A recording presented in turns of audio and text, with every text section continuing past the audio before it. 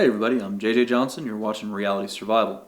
So, got another question of the week. I got this question a while back from Neil Archer, and he says, I have an interesting question for you. Is it really safe to be in a bunker during SHTF condition and a global catastrophe? So, I'll just give you my thoughts on bunkers. If you have a bunker and you've got the money to do that, that's great. That's fine. You can stock up a lot of food into it and everything. I mean, just make sure you do it right, because there is one big vulnerability with a bunker, maybe two. The main thing is that if somebody knows where it's at and how to get into it, then you're putting yourself at a lot of risk, right? Because if they know that it's there and they know that it's got a bunch of stuff in it, then it can be a big target. Now, you might be saying, well, I can put these big doors and all that kind of stuff in, and that's all true, but the bottom line is that a bunker is really easy to get somebody to come out of it. If you know where it's at and you can find the heating and cooling ventilation and the ventilation of it all, the air intake and exhaust, you can clog that up. Clog that exhaust up, and you can put some smoke into it on the intake, and you're going to be able to run people out. That it's a pretty easy thing to happen. So if you are somebody who wants to develop a bunker or whatever, I guess my biggest piece of advice would be, really keep a tight lip on the OPSEC portion, and not letting anybody know where it's at and all that.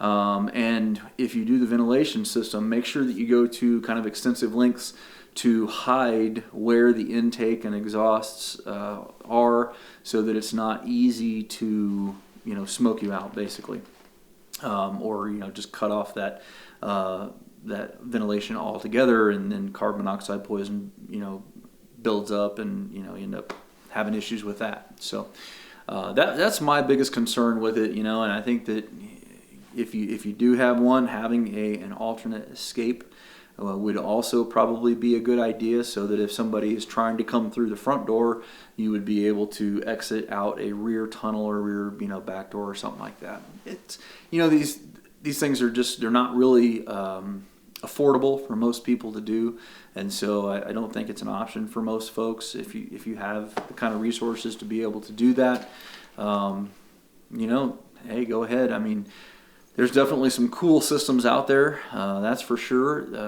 But I would probably look at having some just regular old cabins, in the wood, maybe backed up to some national forest or something, or at different locations, and have them fairly well stocked out in remote areas, and maybe 2 or 3 different locations, and spend less money probably that way, as opposed to putting $250,000 or some massive amount of money into a big bunker where you've got kind of all your eggs in one basket. You might be able to just buy a couple of acres somewhere that's a little cheaper option, and have a couple of different locations instead of just having the one. That's just a thought. Now, the one big benefit that a well-stocked bunker is going to have in one particular situation or scenario is in a nuclear, radiological, and biological kind of condition. Where if we have a nuclear war or something along those lines, if you have the correct filtering systems to be able to clean the air and scrub the air and all that kind of stuff, and you've got lots of water and food down there, that's going to be a good thing. That's where bunkers really shine, is in a nuclear war kind of situation, because you've got that shielding from the radiation, and that's hard to beat in an above ground shelter. So that is one area where they definitely have an advantage. So just my random thoughts on it. I didn't really, write anything down or script anything like that. I would love for you guys to put your opinions on the pros and cons of, having a bunker as a kind of fallout shelter or whatever in the comments below. I'd be curious to see what you guys think about that. Anyway, as always, I definitely appreciate those subscribers who have been using the Amazon link. That's making a huge difference, and it definitely helps me to keep the channel free. It keeps me from having to do a Patreon thing. I don't want to mess with all that, and I think it should always be free.